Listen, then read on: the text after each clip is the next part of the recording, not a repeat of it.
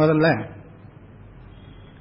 திருவாசகம் அப்படிங்கிற சொல்ல எடுத்துக்குவோம். இதில் ரெண்டு சொல்லு இருக்குது. திரு என்பது ஒரு சொல்லு, வாசகம் என்பது ஒரு சொல்லு. வாசகம் என்ற சொல்லுக்கு வாங்க சொல்லுன்னு அர்த்தம். வாசகம் என்ற சொல்லுக்கு சொல்லுன்னு அர்த்தம். இதுக்கு வேறு சொற்கள் நிறைய இருக்கின்றன. வாக்கு அதுவும் சொல்லுதான்.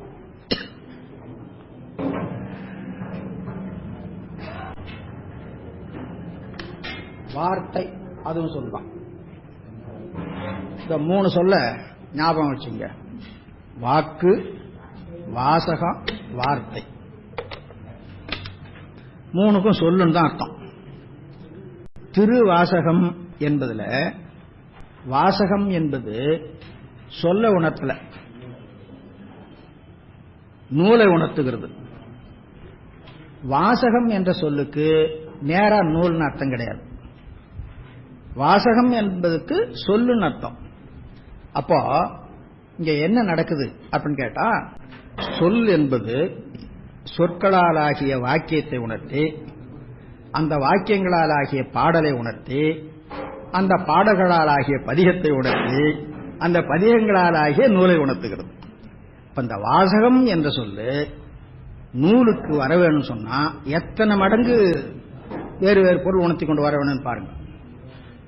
சொல் என்பது சொற்களால் ஆகிய தொடரை உணர்த்தி, அந்த தொடர்களால் ஆகிய பாடலை உணர்த்தி, அந்த பாடல்களால் ஆகிய பதிகத்தை உணர்த்தி, அந்த பதிகங்கள் தொகுப்பாகிய நூலை உணர்த்துகிறது.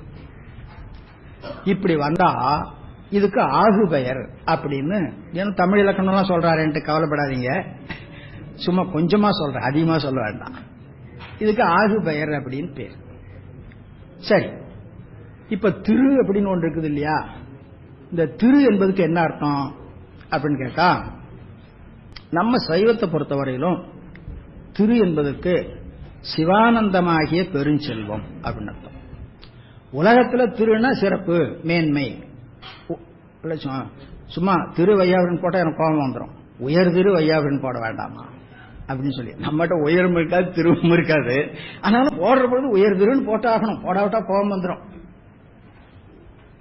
அங்க திரு என்பதுக்கு சும்மா மதிப்பு மிக்கன்னு சொல்றோம் இல்லையா, பெருமை மிக்க, சிறப்பு மிக்க அப்படின்னு சொல்ல, அந்த மாதிரி தான் அர்த்தம். ஆனா திரு வாசகம், திருமுறை என்ற இடத்துலலாம் திரு என்பதுக்கு அந்த மாதிரி அர்த்தம் இல்லைங்க. எனவே திரு என்பது ஒரு மரியாதைக்காகவோ உயர்வுக்காகவோ போடக்கூடிய சொல்லல்ல, செல்வம் என்னும் பொருளை உடையது. திரு என்பதுக்கு செல்வம் என்ற பொருளை உடையது. அவன் ஒருத்தன் சென்றடையாத திருவுடையான் அப்படி. அது என்ன செல்வம் அப்படின்னு கேட்டா, அவனிடத்தில் இருக்கிறது சிவானந்தம் என்கின்ற செல்வம். அப்போ திரு என்பதுக்கு சிவானந்தமாகிய செல்வம் என்ற அர்த்தம். இப்போ திரு என்பது சிவானந்தமாகிய செல்வத்தை உணர்த்தி இந்த சொல்லோடு, வாசகம் என்ற சொல்லோடு சேருகிற பொழுது சிவானந்தமாகிய செல்வத்தை தருவது வாசகமா நூலா? கேள்வி. சிவானந்தமாகிய செல்வத்தை தருவது வாசகமா நூலா? நாம எல்லாம் நினைப்போம் நூல் தான் அப்படின்னு நினைப்போம். இந்த நூல் திருவாசகமாகிய செல்வத்தை நமக்கு தரும் அப்படின்னு சொல்லி நாம் நினைச்சிட்டு இருப்போம். இங்க அப்படி இல்லைங்க. வாசகமே சிவானந்தமாகிய செல்வத்தை தருகிறது. அப்படியானால் திரு என்பது வாசகத்துக்கு அடைமொழியை ஒழிய நூலுக்கு அடைமொழி இல்லை. வாசகத்துக்கு அடைமொழியாகி அப்புறம் தான் நூலுக்கு அடைமொழியாகும். எனவே இந்த திருவாசகத்தில் இருக்கின்ற ஒவ்வொரு வாசகமும் சிவானந்தமாகிய பெருஞ்செல்வத்தை நமக்கு தரக்கூடியது. அப்ப திரு என்பது வாசகத்துக்கு அடைமொழி. திரு என்பது நூலுக்கு அடைமொழியாய் வர்ற நிலை வேற, வாசகத்துக்கு அடைமொழியாய் வர்ற நிலை வேற. இங்கே வாசகம் என்பது நூலை உணர்த்தவில்லை, திரு என்ற அடைமொழியோடு கூடிய ஒவ்வொரு சொல்லையும், திருவாசகத்தில் இருக்கிற ஒவ்வொரு சொல்லையும் உணர்த்துகிறது. எனவே திரு என்பது வாசகத்துக்கு அடைமொழி ஆகையினாலே இது ஆகுபெயராகாது அன்மொழி தொகை அப்படின்னு சிவஞான முனிவர் எழுதினார். முதல்ல என்ன பண்ணாரு, திருவாசகம் என்பது அடையெடுத்த ஆகுபெயர்னு எழுதிட்டார். எல்லாரும் அப்படிதான் சொல்லுவாங்க. எல்லா இலக்கண ஆசிரியர்களும் திருவாசகம் என்பது அடையெடுத்த ஆகுபெயர், திரு என்பது அடைமொழி, வாசகம் என்பது சொல்லை உணர்த்தாம சொல்லலாகிய நூலை உணர்த்ததாகினால் ஆகுபெயர், அந்த நூலுக்கு இது அடைமொழியா வந்து அதனால அடையெடுத்த ஆகுபெயர் அப்படின்னு சொல்லுவாங்க. கடைசியா என்ன பண்ணார் தெரியுங்களா, இந்த திரு என்பது நூலுக்கு மட்டும் அடைமொழி இல்ல, அந்த வாசகம் என்பதுக்கு அடைமொழி. வாசகம் என்பதுக்கு அடைமொழி அப்படின்னு சொன்னா அது அன்மொழி தொகையாக ஆகுமே தவிர ஆகுபெயராக ஆகாது. அதனால அவர் என்ன பண்ணாரு, ரொம்ப நுணுக்கமா எழுதி வச்சார். நான் திருவாசகத்தை மட்டும் சொல்லல, வைஷ்ணவ பிரபந்தத்தில் திருவாய்மொழின்னு ஒண்ணு உண்டு. அதுல மொழி என்பதும் அப்படித்தானே, மொழினா சொல்லுன்னு அர்த்தம். அது அந்த பிரபந்தம் முழுவதையும் குறிக்கிறது.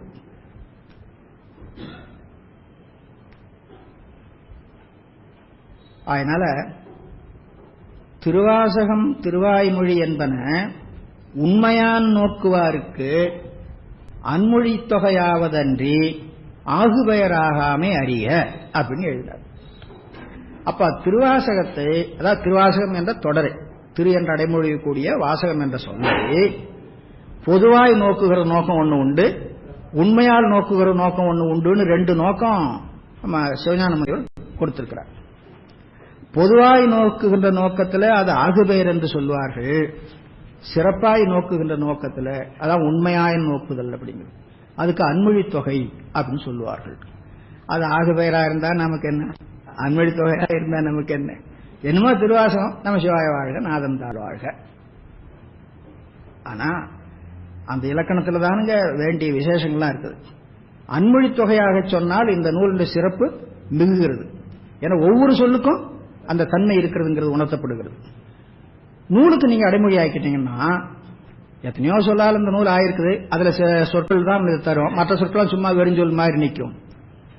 பெரியவங்க பாட்டுல வெறும் சொல்லாக ஒரு சொல் நிக்கிற வழக்கமே கிடையாதுங்க.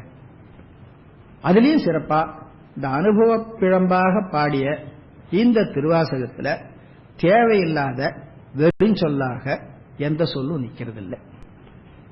திருக்குறளை பற்றி சொல்லுவார்கள், திருக்குறள்ல எந்த சொல்லையும் அல்லது ஒரு எழுத்தையும் மாற்றவே கூடாது, மாற்ற முடியாது. மாற்றினா திருவள்ளுவர் கருதிய பொருள் சிறப்பு போயிடும், நீங்க நினைச்சபடியெல்லாம் பொருள் வந்துவிடும், அதனால அதில் போய் கை வைக்கப்படாது அப்படிங்கிறது பழைய. அதை காட்டிலும் சிறப்புடையது இந்த திருவாசகம்.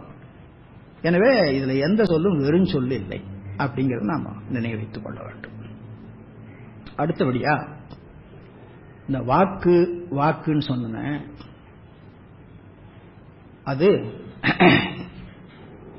திருவாக்கு, இதுக்கு பேர் வாக்கு என்று சொல்லுகிற பொழுது வாக்கு என்பதை தோற்றுவிக்கின்ற கண்மேந்திரியத்தை உணர்த்தும். வாக்கு என்பதை தோற்றுவிக்கின்ற, இப்ப நாம பேசுறோம் இதுக்கு வாக்குன்னு பேர். இந்த வாக்கரை எது தோற்றுவிக்கிறது, நமக்கு ஞானேந்திரியம் கண்மேந்திரியம் ரெண்டு வகையான இந்திரியம் இருக்குங்கிறது உங்க எல்லாருக்கும் தெரியும். அதுல கண்மேந்திரியம் தான் வாக்கு. வாக்கு பாதம் பாணி வத்தம் அப்படின்னு சொல்லுவோம். அந்த வாக்கு என்னும் கண்மேந்திரியம் இந்த சொற்களை தோற்றுவிக்கிறது. இந்த சொல் எதனுடையது அப்படின்னு கேட்டா சுத்தமாயா காரியம். ஏன்னா வாக்கு அங்கதான் தோன்றுகிறது. முதல்ல நாதம் என்று தோன்றும், அதான் பறைன்னு சொல்லுவோம். அது பைசந்தி மத்திமை வைகிரி என்று விரிவடையும். அப்படி விரிவடைகின்ற வாக்கு சுத்தமாயில இருக்கிறவங்களுக்காகும். நமக்கும் கூட குண்டலினி சக்தி என்ற பெயரால் அந்த சுத்தமாயை இருந்து கொண்டிருக்கிறார். அது இந்த வாக்கினை பிராணவாயுவோடு கூடி உயிர் உணர்ச்சியோடு கூடி இந்த வாக்கினை தோற்றுவிக்கும். அந்த வாக்கு ஆகாயம் என்னும் போத குணம் இருக்கு இல்லையா, சப்தம்னு, அந்த சப்த குணத்தினாலே தூண்டப்பட்டு வெளியில வந்து அதுக்கு இந்த நாக்கு உதடு முதலான உறுப்புகள்லாம் வேலை செய்யணும். இப்படிதான் சொல் வரும். இப்படி வர்றதுக்கு வாக்குன்னு பேர். இந்த வாக்குல எதை வேணாலும் பேசலாம், யாரையாவது கண்ணாபின்னான்னு திட்டலாம், அல்லது ஒண்ணுமில்லாத ரொம்ப ஆஹா ஓஹோன்னு புகழலாம். இந்த வாக்கு அதுக்கெல்லாம் பயன்படுத்தக்கூடாது. சிவபெருமானை சொல்லுவதற்கு மட்டும்தான் பயன்படுத்த வேண்டும் அப்படிங்கிறது நம்ம மாணிக்க வாசகருடைய கொள்கை. அதனால வாக்கு உன் மணிவார்த்தைக்கு ஆக்கி. அப்போ வாக்கு, என்னுடைய வாக்கு என்னும் கர்மேந்திரியம், அந்த கர்மேந்திரியத்தினால் தூண்டப்பட்டு எழுகின்ற வாக்கு என்ற அந்த சப்தம், அது சப்த பிரபஞ்சம் பேர், அது உன்னை பற்றி சொல்லுகின்ற புகழ்மொழிக்கு மட்டுமே பயன்பட வேண்டும் அப்படின்னு அவர் கருதினார். அப்போ வாக்கு வார்த்தைக்கு ஆக்கி அப்படின்னு அர்த்தமாயிடுது. அந்த வார்த்தைக்கு ஒரு அடைமொழி போட்டிருக்கிறார். அந்த அடைமொழிக்கு மணி வார்த்தை, வாக்கு உன் மணி வார்த்தைக்கு ஆக்கி. இந்த பாட்டு எல்லாருக்கும் தெரியுங்களா? எல்லாருமே எனக்கு திருவாசகம் கற்றுக் கொடுக்கக்கூடியவங்க நீங்க. சிந்தனை நிந்தனக்காக்கி நாயினேன் தன் கண்ணினை நின் திருப்பாத போதுக்கு ஆக்கி வந்தனையும் அம்மலர்க்கே ஆக்கி வாக்கு உன் மணி வார்த்தைக்கு ஆக்கி. வாக்கு உன் வார்த்தைக்கு ஆக்கி அப்படின்னு சொல்லாமல்ல, உன் மணி வார்த்தைக்கு ஆக்கி. மணி வார்த்தை அப்படிங்கிறது மணி என்ற அடைமொழி என்ன பண்ணுகிறது, அது தெரிஞ்சாதான் திருவாசகத்தினுடைய பெருமை தெரியும். அதுக்காக இப்ப பேசுறேன். என்ன இவர் எடுத்த உடனே சிவபுராணம் நமசிவாய வாழ்க அப்படின்னு உடனே சொல்லிட்டு போனா பாடம் புஸ்திக்க முடியும். இவர் என்ன பாடம் முடியுதோ முடியல அது வேறு விஷயங்க. அது அப்புறம் பார்த்துக்கோ, முடிஞ்சிடும், பாடத்தை முடிச்சிருவோம். நாங்க எடுத்துக்கிற பாடம்லாம் முடிகிற பாடமா இல்லை. இதுதான் சின்னதா கொடுத்துருக்கீங்க, சீக்கிரம் முடிச்சிடலாமுங்க அப்படின்ட்டு. இதாவது சீக்கிரம் முடியுமான்னு எனக்கு தோணல. அப்புறம் பார்ப்போம். மணி அப்படின்னா மாணிக்க மணின்னு அர்த்தம். மாணிக்க மணி. அப்ப சிவபெருமான் மாணிக்கமணி, சிவபெருமானுடைய பற்றிய வார்த்தையெல்லாம் மாணிக்கமணி. இந்த மாணிக்கமணி என்ன பண்ணுவோம் அப்படின்னு கேட்டா, இப்ப நம்ம சைவ சித்தாந்தத்துக்கு திரும்பவும் வரணும். சைவ சித்தாந்தத்துல 3 பொருள் இருக்குங்க. 3 பொருளும் முதல்ல 4ஆம் விரியம், அப்புறம் 6ஆம் விரியம். 3 பொருள் என்னன்னா பதி பசு பாசம். பதினா சீனா, பசுனா யானா, பாசம்னா மானா. இதான் முதல் பாசம், பதி பசு பாசம். இது முதல்ல 4ஆம் விரியம். எப்படி விரியும்? அந்த பதி என்பது அதனுடைய சக்தியாக விரிவடையும். அப்போ ஒரு வானா உள்ள வந்து சேரும். அப்போ சீனா வானா யானா மானா. இந்த பாசத்தை மெலிவிக்க வேண்டும். அது ரொம்ப அழுத்தமா பிடிச்சிட்டு இருக்கு, ரொம்ப கெட்டியா பிடிச்சிட்டு இருக்கு. அதை மெலிவிச்சு விளக்க வேண்டும். மெலிவிக்கிறதுக்காக மாய கன்மங்கள் வந்து சேரும். அது எங்க வந்து சேரும்? யானாவுக்கும் மானாவுக்கும் மத்தியில வரும். அந்த மாய கன்மங்கள் ஜடம், தானே இயங்காது. அதை இயக்கிறதுக்கு ஒரு ஆள் வேணும். அது யார் வருவாங்க? இந்த வானாதான் நானாவா வரும். இப்ப 5 ஆச்சு. எழுத்து 5 தவிர விஷயம் 6. என்ன 6? சிவம், திருவருள், ஆன்மா, மாயை, கண்மம், மலம். ஆணவ மலம். திரோதானம் சேர்த்தீங்கன்னா இன்னும் ஒன்று கூடுதலாகும். மாய கண்மங்கள் திரோதானம். திரோதானம் சொன்னா மாய கண்மம் சொன்னதாக அர்த்தம், மாய கண்மம் சொன்னா திரோதானம் சொன்னதாக அர்த்தம். திரோதானத்தை தனியா சொன்னா 5 மலம் என்று சொல்லுகிற பொழுது மலம் 5, இது ஒரு 3 அப்படிங்கிற பொருள். இதுல சிவம் என்ற பொருளுக்கு நிறம் சிவப்பு, ஆன்மாவுக்கு நிறம் ஸ்படிகம். இப்போ இந்த ஸ்படிகம் என்ன தன்மை உடையது அப்படின்னு கேட்டா, தன்னை எது வந்து சேருகிறதோ அதன் நிறமா மாறக்கூடியது. அதுதான் சார்ந்த வண்ணமாதல் அப்படின்னு பேர். இந்த ஸ்படிகத்தை சிவம் தன்னோடு சாரச் செய்து தன்னுடைய மாணிக்க நிறத்தை இதுக்கு கொடுக்கும். இதுதான் சிவம் நமக்கு செய்யற வேலை. நாம முதல்ல மாயகன்மங்களோட சேர்ந்திருக்கிறோம். இதனால நமக்கு கருப்பு, இது மாதிரி சில நிறங்கள் வந்து சேரும். அந்த நிறங்கள் எல்லாம் விளக்கணும். ஆணவத்தோட இருந்தா நல்ல கருப்பு, மாயகன்மங்கள் சேர்ந்தா கொஞ்சம் கருப்பு, அவ்வளவுதான். ஆனா அந்த 2 கருப்புமே நீங்கணும். இந்த 2 நீங்கின பிறகு நமக்கு வரக்கூடியது சி, இது வந்து சேரும். இந்த சிகரம் தனது மாணிக்கமணியின் நிறத்தை இந்த ஸ்படிகமாகிய யகரத்துக்கு கொடுக்கிறது. இப்போ இந்த ஸ்படிகம் மாணிக்கமணியின் நிறத்தை பெற்றது. மாணிக்கமாகிவிட்டதோ? இல்லை. அப்ப மாணிக்கமணியின் நிறம் தன்கண் விளங்குமாறு ஆயிற்று. இதுதானுங்க திருவாசகம் நமக்கு செய்கிறது. அதனால சிவபெருமானை பற்றிய வார்த்தைகள்லாம் மணி வார்த்தை. அந்த மணி வார்த்தையை பேசினவர் மணி வாசகர். அவருடைய வாக்கு மணி வாக்கு. இதை நீங்க நல்லா ஞாபகம் வைத்துக்கணும். இப்ப தெரியும் நமக்கு அந்த திரு என்பது வாசகத்துக்கு அடைமொழி. திருவாசகத்தில் இருக்கிற ஒவ்வொரு சொல்லுமே நம்மை சிவமான் தன்மையை செய்யக்கூடியது. ஆன்மத்துவம், பசுத்துவம் அப்படின்னு ஒரு தன்மை உண்டு.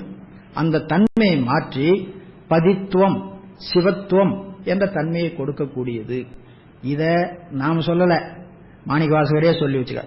வாக்கு உன் மணிவார்த்தைக்கு ஆக்கி அப்படின்னு சொல்லி, இந்த வார்த்தை என்ற சொல்ல பற்றி கொஞ்சம் தெரிந்து கொள்ள வேண்டும்.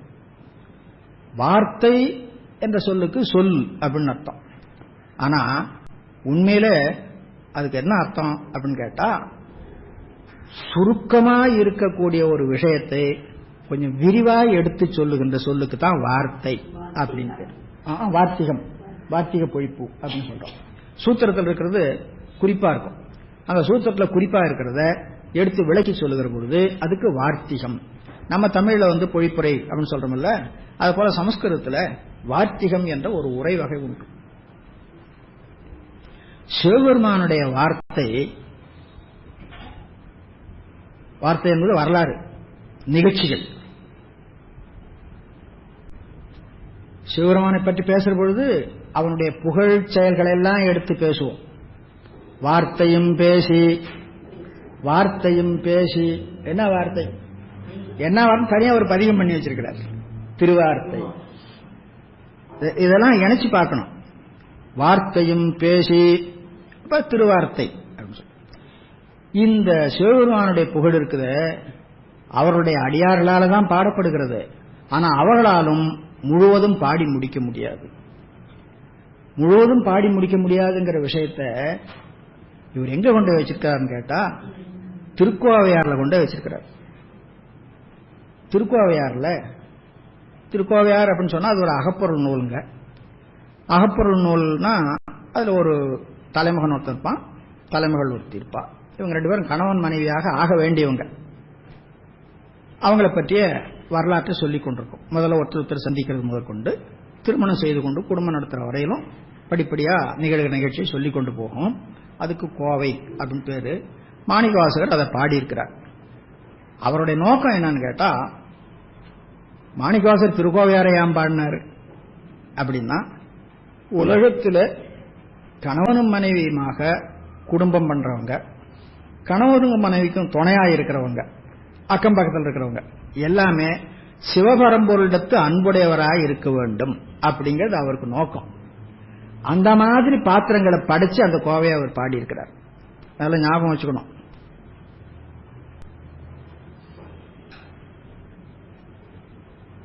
அதுக்காக தில்லை சிற்றம்பலவனை பாட்டுடைய தலைவனாக ஆக்கி, இன்னும் கேட்டா சிற்றம்பலவன் பாட்டுடைய தலைவன் இல்ல, சிற்றம்பலம் தான் பாட்டுடைய தலைவன். அந்த கோவைக்கு என்ன பேரு? திருச்சிற்றம்பல கோவை. திருச்சிற்றம்பலவன் கோவை இல்ல, திருச்சிற்றம்பல கோவை.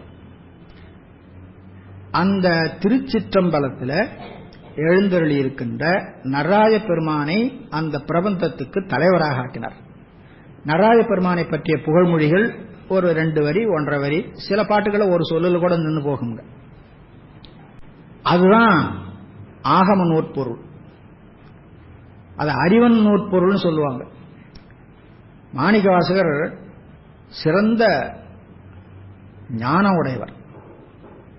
ஐம்புலன்கள் வழி சென்று அறிகின்ற ஞானம் இல்லது, திருவருளின் வழி அறிகின்ற ஞானத்தை உடையவர்.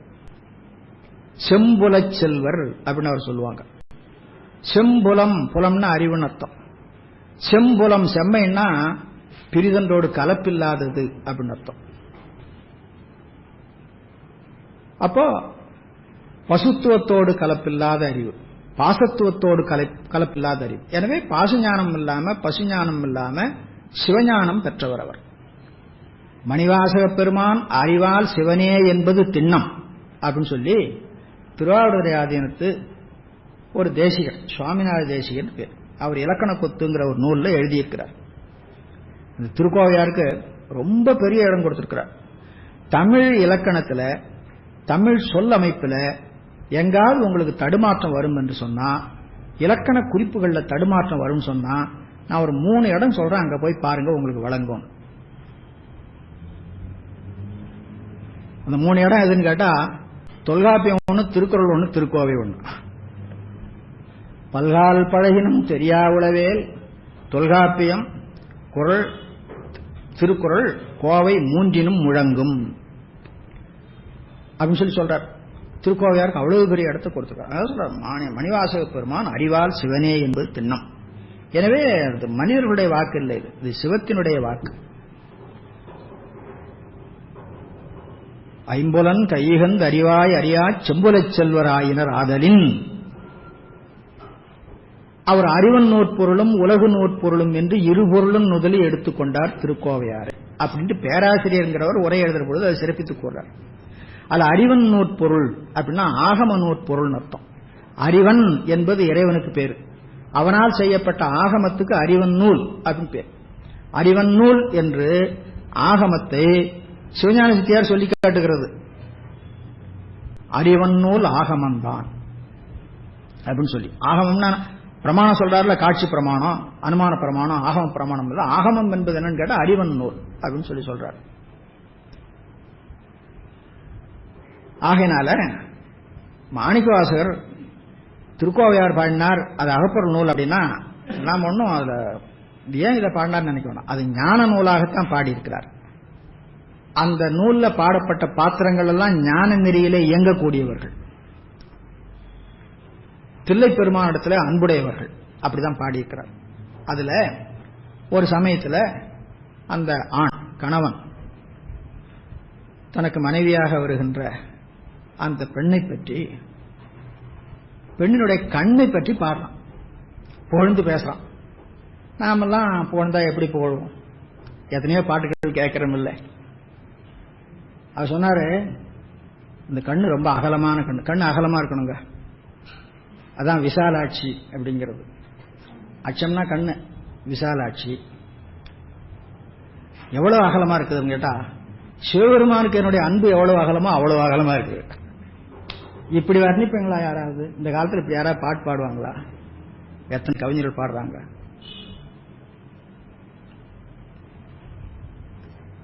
நல்ல கருப்பா இருக்குது. எவ்வளவு கருப்பா இருக்கும் அப்படின்னு கேட்டா, என்கிட்ட பாசம்னு ஒண்ணு ஒட்டிட்டு இருந்தது இல்ல, அந்த பாசத்தை அவன் வாங்கிட்டான். அந்த பாசம் எவ்வளவு கருப்பா அவ்வளவு கருப்பா இருந்தது. ஓமை எங்க இருந்தது பாருங்க. இதை நாம ஒரு அகப்பொருள் நூல், ஒரு கொச்சையான நூல் நினைக்க முடியுங்களா? ஒருத்தினுடைய கண்ணை புகழ்ந்து பாடுறார். அப்புறம் கண் கருப்புனா முழுவா கருப்பா இருக்கலாம், அந்த விழிதான கருப்பா இருக்கும். அப்புறம் அந்த ஓரமெல்லாம் வெள்ளையா இருக்கும் இல்லையா? அது எப்படி இருக்கு?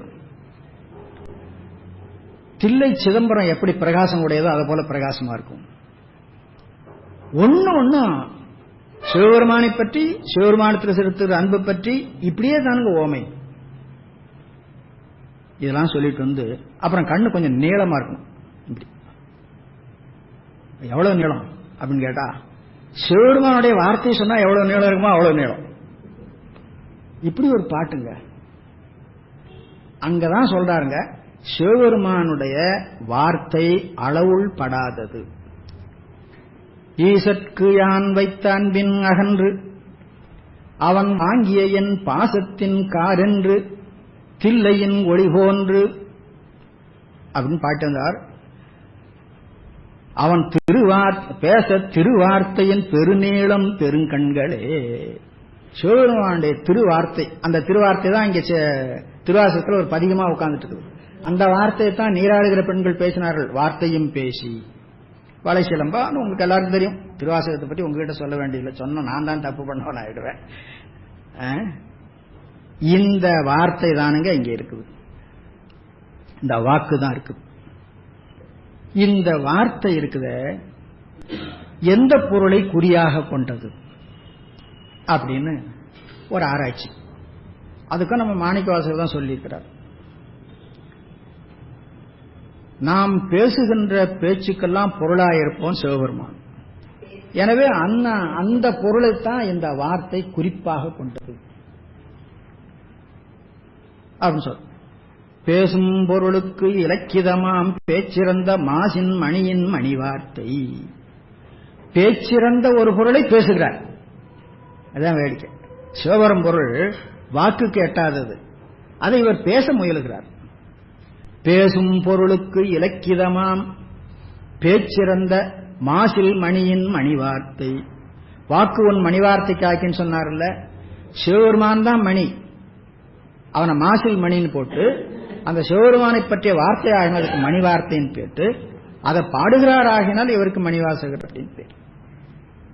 அப்போ இலக்கிதமாம் வார்த்தை தமிழ்ல சம்ஸ்கிருதத்தில் எல்லாத்திலும் தானுங்க. ஒரு சொல் என்று எடுத்துக்கொண்டா அந்த சொல்லுக்கு ரெண்டு வகையான பொருள் உண்டுங்க. நேர் பொருள் உண்டு, சொல்லுக்கு சொல் நேர் பொருள், அதுக்கு வாச்சியம் அப்படின்னு பேர். வாச்சியம். அப்புறம் குறிப்பு பொருள்னு ஒண்ணு உண்டுங்க. எல்லா சொல்லுக்கும் வெளிப்படையா அர்த்தம் பண்ணக்கூடாது. ஒன்னும் தெரியாத ஆளுக்கு தான் அதை வெளிப்படையா அர்த்தம் எடுத்துட்டு அவஸ்தைப்படுவாங்க. நாம ஒருத்தர் பார்க்கிறோம், அவர் ரொம்ப சாதாரணமான மனுஷன், ஆனா அவர் தன்னை ரொம்ப பெரியவரா நினைச்சிட்டு இருக்கிறார். அவர் அப்படியே நம்ம நோக்கி வர்றார், மகா பெரியவர் வருகிறார் அப்படின்னு கூப்பிடுறோம். மகா பெரியவர் வருகிறார்னா ஆஹா நம்ம மகா பெரியவர்னு சொல்லிட்டாங்க அப்படின்னு சந்தோஷப்படுவாரா? இது ஒன்னுத்துக்கு இல்லாத பிரயோஜனம் இல்லாத ஆள் வராயா அப்படிங்கிறதுக்காக மகா பெரியவர் வர்றார் அப்படின்னு சொல்றது உண்டு. இவருக்கு ரொம்ப தெரியும், என்ன அர்த்தம்? ஒன்னும் தெரியாதுன்னு அர்த்தம். இப்ப இந்த மாதிரி அர்த்தத்துக்கு குறிப்பு பொருள்னு அர்த்தம். இதுக்கு வியங்கியம் அப்படின்னு அர்த்தம். அப்ப வாச்சியம்னு ஒரு பொருளாச்சு, வியங்கியம்னு ஒரு பொருளாச்சு. இன்னொரு பொருள் இருக்குங்க, அதுதான் இலக்கணை அப்படின்னு சொல்றோம். இலக்கணை என்பது ஏதாவது ஒரு விதத்தில் சம்பந்தமுடைய பொருளை உணர்த்தும். நேர் பொருளோடு ஏதாவது ஒரு விதத்தில் சம்பந்தமுடைய பொருளை உணர்த்தினா அதுக்கு இலக்கணை பேர். இலக்கணையில நேரான இலக்கணை உண்டு, லட்சித லட்சணை அப்படின்னு உண்டு. இதெல்லாம் தர்க்கத்தில் எழுதிட்டு கிடப்பாங்க, நமக்கு அதெல்லாம் தெரியறது கொஞ்சம் கஷ்டம்தான். இலக்கணம் என்னங்க, இலக்கணமே புரிய மாட்டேங்குது, அப்புறம் இந்த லட்சணை லட்சித லட்சணை விசாரணையெல்லாம் எங்க புரிய போகுது அப்படின்னு நாம் நினைப்போம். அப்படி வாச்சியம், வியங்கியம், இலக்கணை மூணு வகையிலும் சிவபெருமானையே இது குறிக்கும். மூணு வகையிலும் சிவபெருமானையே குறிக்கும். நல்ல ஞாபகம் வச்சுக்கணும். அது மாதிரி பாடி இருக்கிறார் இவர். மிக பெரும்பாலான இடங்கள்ல நேர பாடி இருக்கிறார், அது வாச்சிய பொருள். சில இடங்கள்ல குறிப்பு பொருளா பாடிப்பார். மானிடன் தேய்மதியன் அப்படின்லாம் உன்னை பழிப்பேன் அப்படின்னு சொல்ற.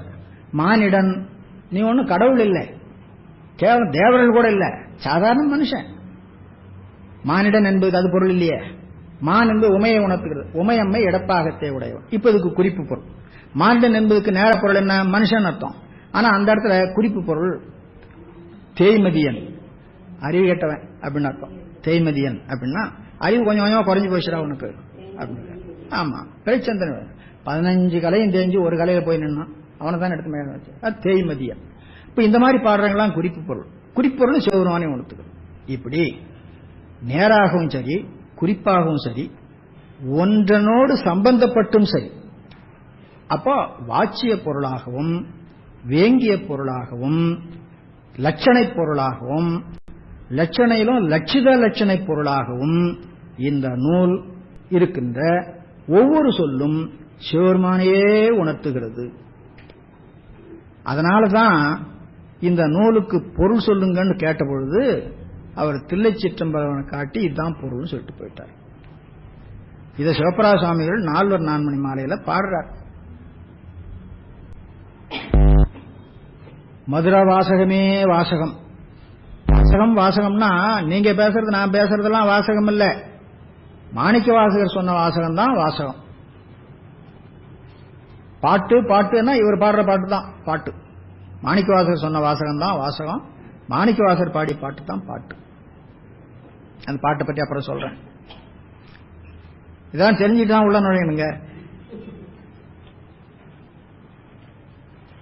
பாருங்க, அதற்கு வாச்சியம் வேய்த்தோள் இடத்தவனே. சிவபிராசாமி பாட்டு. வாசகம் அதுக்கு வாச்சியம். வாச்சியம் நேர்பொருள். நேர்பொருள் எதுன்னு கேட்டா வேய்த்தோள் என்பது மூங்கில் போலும் தோல் அர்த்தம். அந்த தோளினுடைய உமையம்மைன்னு அங்க அர்த்தமாகுது. அவர் உமையம்மையை இடப்பாகத்திலே உடையவன் அப்படின்னு சொல்லி சிவபிராசன் சொல்றார். அப்போ திருவாசகத்துக்கு பொருள் என்னன்னு கேட்டா சிவபெருமான் தான். இது மாணிக்கவாசகரே சொல்லி வச்சது. அவரே சொல்லி இருக்கிறார், எல்லா இடத்துலயும் அவரை பற்றி தான் பேசுகிறேன் அப்படின்னு சொல்லி. அந்த குறிப்பாக ஏதா இருந்தாலும் அதுவும் சிவபெருமானை பற்றி தான் அப்படிங்கிறதுக்காகத்தான் பேசும் பொருளுக்கு இலக்கிதமாம் பேச்சிறந்த மாசில் மணியின் மணிவார்த்தை அப்படின்னு சொல்லி சொன்னார். இப்போ இது வரைக்கும் நாம வார்த்தை வார்த்தை வாசகம் வாக்குன்னு ஒவ்வொரு சொல்லா பார்த்து கொண்டு வந்தோம். இந்த சொற்கள் எல்லாம் சேர்ந்து வாக்கியமாக ஆகி அந்த வாக்கியங்கள் பல சேர்ந்து பாட்டாக உருவெடுக்கிறது. இதுக்கு பாட்டுன்னு பேருங்க, பாட்டுன்னு பேர். அவரே சொல்லி இருக்கிறார், சொல்லிய பாட்டின் பொருளுணர்ந்து சொல்லுவார் அப்படின்னு சொல்லி. இது பாட்டு. பாட்டு என்பது வாசகத்துக்கு பேர், திருவாசகத்துக்கு பேர். இந்த பாடலை மாணிக்க வாசகர் பாட வேணும்னு ஆசைப்பட்டு பாடியிருக்கிறாருங்க. அவருடைய நூலுக்குள்ளால போய் பார்த்தீங்கன்னா அம்மானை தெள்ளையானம் எல்லாம் பாடி ஆடுற சமாச்சாரம் தான் இருக்கும். பாடுதுங்கான அம்மானாய் பாடி தெள்ளையானம் கொட்டாமோ, எங்க போங்க பாட்டு பாட்டு பாட்டு. பாட்டுன்னா புகழ்னு அர்த்தம். பாட்டுக்கு புகழ் என்று பொருள் புறநானூற்றுக்காரன் சொல்லி வச்சுக்கிறான். உரையும் பாட்டும் உரையோர். உரை என்பது உரைநடையா சொல்ற புகழ், பாட்டு என்பது இசைப்பாட்டில் சொல்லுகிற புகழ். எனவே சிவபெருமானை பற்றி இசைப்பாட்டிலே சொல்லப்பட்ட, இசை என்பது இங்க நீங்க வேற ராகம்லாம் வச்சுக்காதீங்க, இதெல்லாம் யாப்பு வகையில பெரும்பாலும் கொச்சை கலிப்பாவில் வந்தது, சிறுபான்மை வெண்பாவில் வந்திருக்குது. அதுக்குரிய ஓசையத்தான் சொல்றோம். அப்படி வந்த பாட்டுக்கள் தான் புகழ்பாட்டுக்கள். ரொம்ப ஆசைப்பட்டு பாடிக்கிறாங்க. திரும்ப திரும்ப இது என்ன பாடினதையே பாடியிருக்கிறார் அப்படின்னா, ஒரு விஷயத்த நல்லவர்களை பற்றிய விஷயமா இருந்தா எத்தனை தடவை வேணாலும் சொல்லலாங்க, சலிக்காதுங்க. பண்ண எம்பிரான் வருக, பண்ண வருக, பண்ணுதெல்லாம் திரும்ப திரும்ப சொல்லுதல்னு அர்த்தம். பண்ணி பண்ணி பேசுறான்னு உலக வழக்கில் சொல்லுவாங்க. இங்க உண்டோ என்னமோ தெரியல, எங்க பக்கத்தில் சொல்லுவாங்க, சொன்னதே திரும்ப திரும்ப சொன்னா பண்ணி பண்ணி பேசிட்டு இருக்கான்டா அப்படின்வாங்க. பண்ண எம்பிரான் வருக, பாவநாசனின் சீர்கள் பாடவே. நீ என்னிடத்தில் இருக்கிற பாவத்தை நாசம் பண்ணுபவன், அதனால நீ பெரிய புகழுடையவன், உன்னுடைய புகழை பாடுவதற்காக நான் விரும்புகிறேன், அதன் பொருட்டு நீ வருக. மன்ன எம்பிரான் வருக அப்படின்னு பாட்டு. பண்ண எம்பிரான் வருக, பாவநாச நின் சீர்கள் பாடவே. அதனுடைய அடுத்தடி அந்தாதியா பெரும்பாலும் பாடுறது வழக்கம் இருக்கு. பாட வேண்டும் நான் போற்றி நின்னையே, உன்னை நான் பாட விரும்புகிறேன். இந்த வேண்டும் என்ற சொல்லு விருப்பம் என்னும் பொருளை உனக்கு விரும்புகிறேன். அப்படி விரும்புவது தகுதி. இந்த வேண்டும் என்ற சொல்லை பற்றிய ஒரு ஆராய்ச்சியே உண்டு. யார் எழுதின உரையும் சரியில்லை அப்படின்னு தள்ளிட்டாங்க. சங்கரன விஸ்வாயிரம், சிவஞான மணிவரும். அவங்களாம் சொல்லினுடைய பொருள் பயன் தெரியல, சொற்குணம் வாழா போயினர். வேண்டும் தகும் படும் என்ற சொற்களுக்கெல்லாம் அப்படின்னு எழுதியிருக்கிறாங்க. பாட வேண்டும் நான் போற்றி நின்னையே அப்படின்னு சொல்லி அவர் பாட வேண்டும் என்று ஆசைப்பட்டிருக்கிறார். பெருமானும் பாட வைத்திருக்கிறார். பெருமானும் ஆசைப்பட்டிருக்கிறார். அதாவது வரலாற்றில் திருவாசகத்தை நீ சொல்லு நான் எழுதிக்கிறேன் அப்படின்னு சொல்ல சொல்லி எழுதி கொண்டார் அப்படின்னு சொல்லிட்டு வரலாறு உண்டு. இப்ப நான் சொல்றது எல்லாரும் சொல்ல மாட்டாங்க, எல்லாரும் ஒத்துக்குவாங்கன்னு சொல்ல முடியாது. இருந்தாலும் என் மனசுல அப்படி தோணுது, அதுக்காக நான் சொல்றேன். சிவபெருமான் திருவண்ட பகுதியில் இவரிடத்தில் இருக்கிற பாசங்கள் பற்றுக்கள் எல்லாவற்றையும் நீக்கி சிவானந்தத்தை அனுபவிக்க செய்தான். சிவானந்தத்தை அனுபவிக்க செய்தா கூட கூட்டிட்டு போயிட வேண்டியதானே, நீ இங்கே கொஞ்ச நாளைக்கு இரு அப்படின்னு விட்டு போயிட்டார். கண்ணல் கனிதேர் களிரென கடைமுறை என்னையும் இருப்பதாக்கினன் அப்படின்னு பண்ணிட்டார். கண்ணல் கனிதேர் களிரென கடைமுறை என்னையும். இந்த இடம் ரொம்ப சிக்கலான இடம். என்னையும் இருப்பதாக்கினன் என்பதுக்கு ஒவ்வொருத்தரும் ஒரு மாதிரி அர்த்தம் பண்றாங்க. என்னையும் இருப்பதாக்கினன் அப்படிங்கறதுல ஏதோ விஷயம் இருக்குதுன்ட்டு வள்ளலார் தெரிஞ்சிருக்கிறார். ஆகையினால திருவண்ட பகுதியில இரு என்ற வாசகத்தின் உண்மை எனக்கு இயம்புதி அப்படின்னு அவர் மாணிக்கவாசகரே கேட்டார். ஆளுடைய அடிகள் அருள் மாலை 4 பேருக்கு 4 மாலை பாடியிருக்கிறார். அதுல இரு என்ற வாசகத்தினுடைய உண்மை எனக்கு என்னன்னு புரியல, அதை நீ கொஞ்சம் சொல்லு அப்படின்னு சொல்லி கேட்டார். அது என்னன்னு அவரும் சொல்லல. என்கிட்ட ஒரு புஸ்தகம் கொடுத்தார், 4 பிள்ளை தமிழ். அது சமீப காலத்தில் எழுதுனது, சொக்கலிங்க செட்டியாருங்கிறவர் எழுதுனது. இவர் வேற, சொக்கலிங்க ராயேஸ்வர் வேற, இவர் வேற போல் இருக்குது. இவர் வேற. அவர் இந்த பாட்டை அவர் அந்த மாணிக்கவாசர் பிள்ளை தமிழ்ல நிறைய இடங்கள்ல வந்து திருவாசகத்தை எடுத்து விளக்கி போறார். அதுல இந்த இடத்த எழுதிக்கிறார். அவர் என்ன பண்ணிருக்கிறான்னு கேட்டா, கடைமுறை என்னையும் இருப்பதாக்கினன் அப்படிங்கிறதுக்கு முத்தி பெற்ற காலத்து நான் என்ற ஒரு பொருள் இல்லாம அழிஞ்சு போகாம, ஏன்னா சில பேர் முத்தியில ஆன்மா கெட்டு விடுகிறது அப்படிங்காங்க, ஆன்மா என்ற ஒன்று இல்லை என்று சொல்லுகிறார்களே. அப்படி இல்லை, ஆன்மா என்று ஒன்று இருக்கிறது, ஆனந்த அனுபவம் என்பது ஒன்று இருக்கிறது என்னும்படியாக செய்தான். கடைமுறை என்பதற்கு முத்தி காலம் என்று வச்சு என்னையும் இருப்பதாக்கினன், நான் என்ற ஒரு பொருள் இருப்பதாக செய்தான் என்று சொல்லி, அந்த என்னையும் இருப்பதாக்கினன் என்பது உண்மை விளக்கத்தில் ஒரு பாட்டு வருதுல, முத்திதனில் 3 முதலும் மொழியை கேள், அந்த பாட்டினுடைய கருத்தை விளக்குகிறதுன்னு பாடியிருக்கிறார். இந்த மாணிக்கவாசகர் பற்றி நாம சொல்லணுமே அப்படிங்கிறதுக்காக அந்த பிள்ளைத்தமிழ் அவர் என்ன பண்ணிருக்கிறார் பார்க்கலான்ட்டு ஒரு ஓட்டு உட்காந்து ஓட்டினேன். அவர் கொடுத்த புத்தகம் ரொம்ப உபயோகப்பட்டது எனக்கு. அதுல இந்த இடத்த சொல்ற பொழுது உண்மை விளக்கத்தில் வரக்கூடிய முத்திதனில் 3 முதலும் மொழியை கேள் என்ற பாடலினுடைய கருத்தை கடைமுறை என்னையும் இருப்பதாக்கினன் என்பது உணர்த்துகிறது அப்படின்னு சொல்லி அவர் பாட்டார். அது எப்படி போட்டோம், என்னுடைய கருத்து வேற, அது நடத்தும் போது சொல்றேன், இப்ப சொன்னா ரொம்ப பெருசா போயிடும். கடைமுறை என்னையும் இருப்பதாக்கினன் அப்படிங்கிறதுக்கு எல்லாம் செய்து பிறகு தான் எழுந்தருளுகிற பொழுது உடன் வந்தவர்களே பலரை உடன் கொண்டு சென்று அவர் போயிட்டார். உடன் போக முடியாம நின்று போனவங்க எப்படி எப்படியே போய் சேர்ந்தாங்க. அவர் கூட சில பேர் தீயில விழுந்து போயிட்டாங்க. அதெல்லாம் பாடி இருக்கிறார். ஆனா இவருக்கு அப்படி செய்யறதுக்கு துணிவில்லை. இவருடைய கருத்து நல்லா ஞாபகம் வச்சுக்கணும். இதுதான் சைவ சித்தாந்தத்தில் சைவ சித்தாந்தத்துக்கும் சிவசமவாதத்துக்கும் உள்ள ஒரு வேற்றுமை. மாணிக்க வாசகரை சிவபெருமான் குரு வடிவத்திலே வந்து ஆட்கொண்டான். ரொம்ப போர் அடிக்குதோ இல்ல சொல்றேன். ஏன்னா திருவாசகத்தை சொல்ல சொன்னா அவர் என்னமோ சொல்லிட்டு இருக்கிறாரு அப்படின்னு. திருவாசகத்தை தெரியறதுக்கு முன்ன இதெல்லாம் தெரிஞ்சுக்கிட்டு தானே உள்ள போகணும். உள்ள போனாதான் திருவாசகம் சுவையா இருக்கும், இல்லைன்னா இருக்காது அப்படிங்கிறது என்னுடைய நினைப்பு.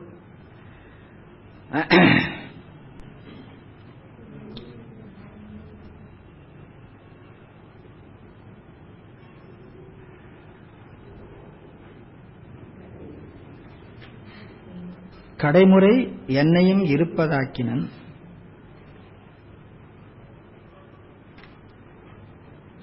சில பேரை குரு கூட கூட்டு போயிட்டார் போறபோது, சில பேர் போகல. அப்புறம் குரு போயிட்டாருன்னு உடம்போடு உலகத்தில் வாழறதுக்கு விருப்பம் இல்லை, உடம்பை மாய்த்து கொண்டு போய்விட்டார். இவருக்கு அப்படி போறதுக்கு விருப்பம் இல்லை. இவருக்கு அப்படி போறதுக்கு விருப்பம் இல்லை. ஏன்னு கேட்டா, இப்போ அந்த உடம்பு மாணிக்கவாசகருடையது இல்லை, அது யாருடையது? தன்னிச்சைப்படி அந்த உடம்பை போக்கிக் கொள்ள இவர் முயல்வாரானால் குருவினிடத்திலே தத்தம் கொடுத்து விட்ட பொருளை திரும்பவும் தன்னுடையதாக ஆக்கி தான் அதை தன் இஷ்டப்படி பயன்படுத்த நினைச்சதாக ஆகிவிடும்.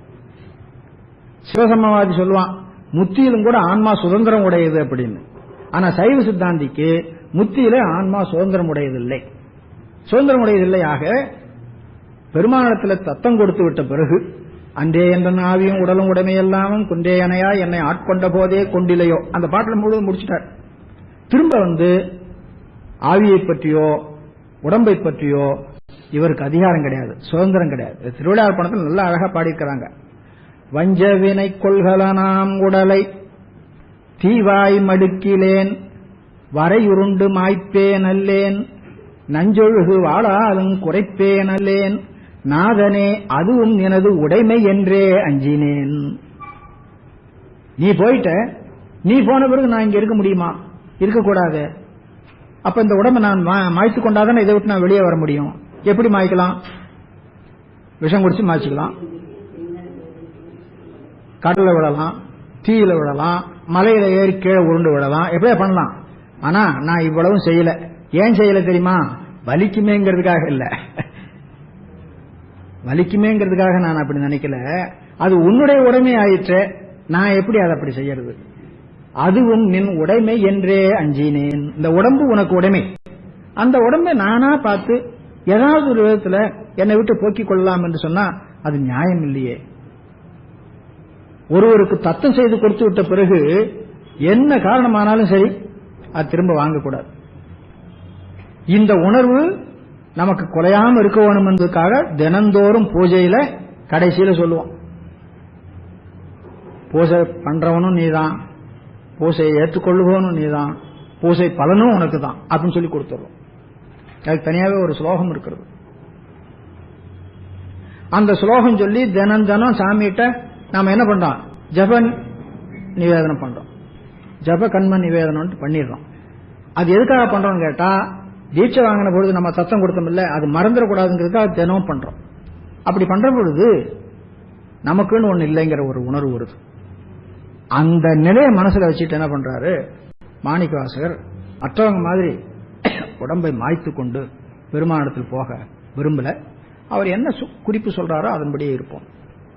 அதான் கண்ணல் கனிதேர் களிரென கடைமுறை என்னையும் இருப்பதாக்கினன். என்னை எப்படி ஆக்கினான்னு கேட்டா, இப்ப அங்க என்ன நடந்ததுன்னு தெரிஞ்சுக்கணும். மாணிக்கவாசகர் குருவினிடத்தில் தீட்சை பெற்றார். இது சுத்த நிலை. இதுக்கு முன்ன இருந்தது பெத்த நிலை. முத்தி நிலை வேற. சுத்தமும் முத்தி தான், ஆனா இதனுடைய முடிந்த நிலை முத்தி. அதுக்கு மத்தியில் இருக்கிற அனுபவம் இருக்கு பாருங்க, அதுக்கு சுத்த அனுபவம் பேர். அந்த சுத்த அனுபவத்தை நான் இன்னும் கொஞ்ச நாளைக்கு அனுபவிக்கணும்னு நான் நினைச்சுக்கான். இப்ப முத்தி பெற்றுட்டு அந்த சுத்த அனுபவம் இருக்காது. சுத்த அனுபவம்னா என்னன்னு கேட்டா, நின்மல அவத்தையில சாக்கரம், சொப்பனம், சுழுத்தி, துரியம், துரியாதீதம். துரியாதீதம் தும்ப துரியத்துக்கு இறங்கலாம், அதுக்கு கீழே இறங்கக்கூடாது. அதுலயே எப்பவும் அழிந்தி இருக்க வேண்டும். அது எப்படி அப்படின்னு கேட்டா, கரும்பு இருக்கு இல்லையா, அது அனுபவம் போல. ஆமா, பஞ்சாக்கர பவருடைய வருது இந்த சமாச்சாரம், வேற எங்கேயுமே இல்லை. அதைத்தான் இங்க கொண்டு வந்து இணைக்கணுங்கிறது என்னுடைய கருத்து. இன்னும் எங்காவது இடம் கிடைக்குமான்னு பார்த்துட்டு இருக்கிறேன். கிடைச்சாதான் எழுதுவேன், இல்லைன்னா எழுத மாட்டேன். ஏன்னா ஒரு விஷயத்தை வற்புறுத்தி எழுதணும்னா ஒரு 2-3 ஆதாரம் கிடைக்கணும். கண்ணல் கனி, கண்ணல்னா கரும்பு, முற்றிய கரும்பு. கடைமுறை நுனியிலிருந்து, சரியை என்பது நுனி கரும்பு சாப்பிடுற மாதிரி நின்மல சாக்கரம், நின்மல துரியாதீதம் தான் கடைசி நிலை. அத நான் இங்க அனுபவிக்கணுங்கிறதுக்காக, இவனுக்கு நின்மல அவத்தை அனுபவம் இன்னும் கொஞ்ச நாளைக்கு இருக்கணுங்கிறதுக்காக இங்க விட்டு போயிருக்கிறார். சிவபெருமான் மாணிக்கவாசகரை இங்கே விட்டுட்டு போனதுக்கு காரணம் என்ன அப்படிங்கிறதுக்கு நம்ம பரஞ்சோதி முனிவர் திருவிளையார்பணத்தில் ஒரு 3 காரணம் சொல்லி வச்சிருக்கிறார். இன்னும் கொஞ்ச நாளைக்கு ஒரு பாடட்டுமே, இந்த பாட்டை கேட்கலாமே, அதுக்காக விட்டு போனார். அப்புறம் அந்த பாண்டியன் ஒருத்தன் இருக்கிறானே, அவன் பைத்தியக்காரனா குதிரை வாங்கிட்டு கிடக்கிறான். அதெல்லாம் செய்ய வேண்டாம், அவன்லாம் ஏதாவது கோயில் அது இது கட்டி புண்ணியத்தை செய்து நம்ம திருவடிக்கு வந்து சேரட்டும், அதுக்கு மாணிக்கவாசகர் இருந்தாதான் முடியும், வேற யாரையும் விட்டு வச்சா முடியாது அப்படிங்கிறதுக்காக. அப்புறம் இந்த புத்தர்கள் அப்பப்போ இப்படி தலை நீட்டிட்டு இருக்கிறாங்களே, அவங்களை கொஞ்சம் அடக்கி வைக்கணுமே, அதுக்கு யார் வேணும்? மாணிக்கவாசகர் இருந்தாதான் முடியும், இல்லைன்னா முடியாது. இதெல்லாம் மனசுல கருதி சிவபெருமான் இவரை விட்டுட்டு போனதாக பரஞ்சோதி முனிவர் திருவிளையாடல் பாடுறார். தித்திக்கும் மணிவார்த்தை இன்னும் சின்னாள் திருச்செவியில் அருந்தவும். எது ஒரு காரணம், பொன்னை எல்லாம் 10 பேர் அன்பளித்து கவர்ந்து கொண்டு பாண்டியனை பண்பு தேற்றி முத்திக்கே விடுத்திடவும். 2, புத்தை வாது முனிந்திடவும்.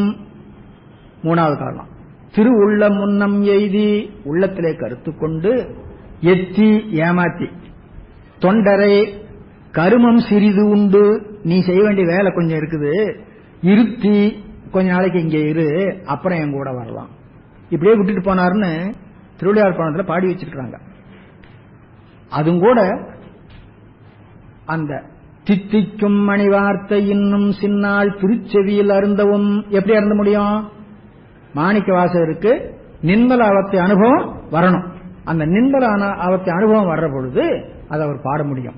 அப்படி பாடலாம். துரியாதீதத்தில் இருக்கிற பொழுது பாட முடியாது, கீழே இறங்கி வர்ற பொழுது பாடலாம், மீண்டும் துரியாதீதத்துக்கு போகலாம். அப்படி அதுக்காக தான் கண்ணல் கனிதேர் களிரன கடைமுறை என்னையும் இருப்பதாக்கினன். இருக்க செய்தான். அதுக்கு வேற அருணையார் எழுதின உரை கூட எனக்கு மனசுக்கு அவ்வளவு திருப்தி இல்லை. அது நடத்தும் போது சொல்றேன். இப்ப அந்த இதுல கைய வைக்க வேண்டாம், அது ரொம்ப பெரிய சமாச்சாரம் போயிடும். அருணையார் என்ன ஆயிட்டாருன்னு கேட்டா, ஒரு யானை தன்னுடைய பசிக்கு கரும்பு வேற என்னென்ன கிடைக்குமோ அதெல்லாம் தேடி திரியிற மாதிரி என்ன இங்க விட்டுட்டு போயிட்டான். நான் உலகத்துல என்னுடைய வயிற்றுக்கு தேடிட்டு திரியிறேன் அப்படின்னு மாதிரி பாடிக்கிறாருன்னு சொல்லி, அப்படி அங்க கருத்து இல்லை. ஏன்னு கேட்டா அதுக்கு பின்னால என்ன வருது, என்னில் கருணை வாழ்ந்தேன் கலக்க. அப்ப இவர் எந்த போய் வெளியில தேட போறாரு, என்னில் கருணை வாழ்ந்தேன் கலக்க அருளோடு பராவமுது ஆக்கினன். என்னிடத்திலே சிவபெருமானுடைய கருணையாகிய சிறந்த தேன் கலந்திருப்பதனாலே, அதுல இருந்து வந்ததுதான் திருவாசகம் என்னும் தேன் அப்படிங்கிறது. திருவாசகத்து தேன் எங்க சொல்றோம், அவர் தான் சொல்லி வச்சிருக்கிறார். தேன் என்பது திருவருள். அந்த திருவருள் தான் இவரிடத்துல கலந்திருக்கிறது. அந்த திருவருள் தான் வாசகமாக வெளிப்பட்டிருக்கிறது. என்னில் கருணை வான்தேன் கலக்க அருளோடு, அந்த அருளினாலே பராவமுதாக்கினன். திருவாசகத்துக்கு பராவமுதுன்னு ஒரு பேர். அது ரெண்டு விதமா அர்த்தம் பண்றாங்க. பர அமுது, பராமுது. பர அப்படின்னா மேலான அமுது. சாதாரண அமுது ஒன்று இருக்க, நம்ம வீட்டில் சாப்பாட்டு கூட அமுதுன்னு தான் சொல்றோம். அப்புறம் தேவர்கள் உண்டது அமுதுன்னு சொல்றோம். இதெல்லாம் சாதாரணமான சின்ன சின்னது. ரொம்ப உயர்ந்தது மேலானது வந்து சிவபெருமானுடைய திருவருள். அதனால பரா அமுது, பராவந்தமாகிய சிவானந்தத்தை எனக்கு ஆக்கினான் அப்படின்னு சில பேர் அர்த்தம் பண்றாங்க. எனக்கு அப்படி தோணல. அந்த பராவமுது என்பது சிவானந்தமா இருக்க வேணும்னா பராவமுதுன்னு வரக்கூடாது, பரா அமுது. எப்படின்னா